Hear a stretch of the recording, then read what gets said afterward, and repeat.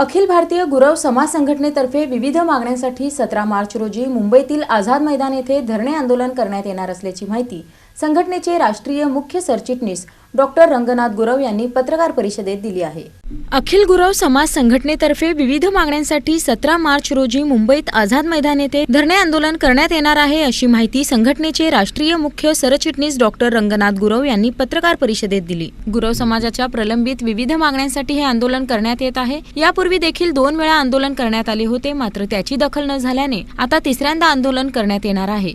संघटना आमची 15 वर्ष झालं कार्यरत आहे। गुरव समाजाच्या न्याय हक्कासाठी किंवा प्रलंबित मागण्यासाठी आता हे आझाद मैदानावरचं तिसरं आंदोलन आहे। याच्या अगोदर 2 आंदोलनं झालेली आहेत।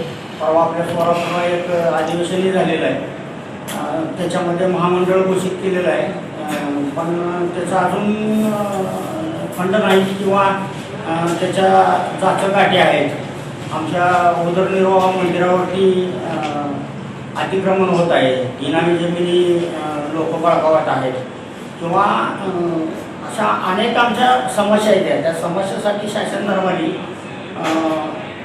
विविध आमच्या मागण्यासाठी आम्ही हे आता तिसरं आंदोलन करत आहोत आणि हे आंदोलन पूर्ण राज्यव्यापी आहे। 36 जिल्ह्यामध्ये आमची ही संघटना सगळ्या आघाडीच्या पदाधिकाऱ्यांनी कार्यरत आहे आणि 17 रोजी सकल गुरव समाजाने आंदोलनास आझाद मैदानावरती यावं अशी मी विनंती करतो। या पत्रकार परिषदेला किशोर पाटील, आदिनाथ पुजारी, गणेश पुजारी, शिवदास कदम आदी उपस्थित होते।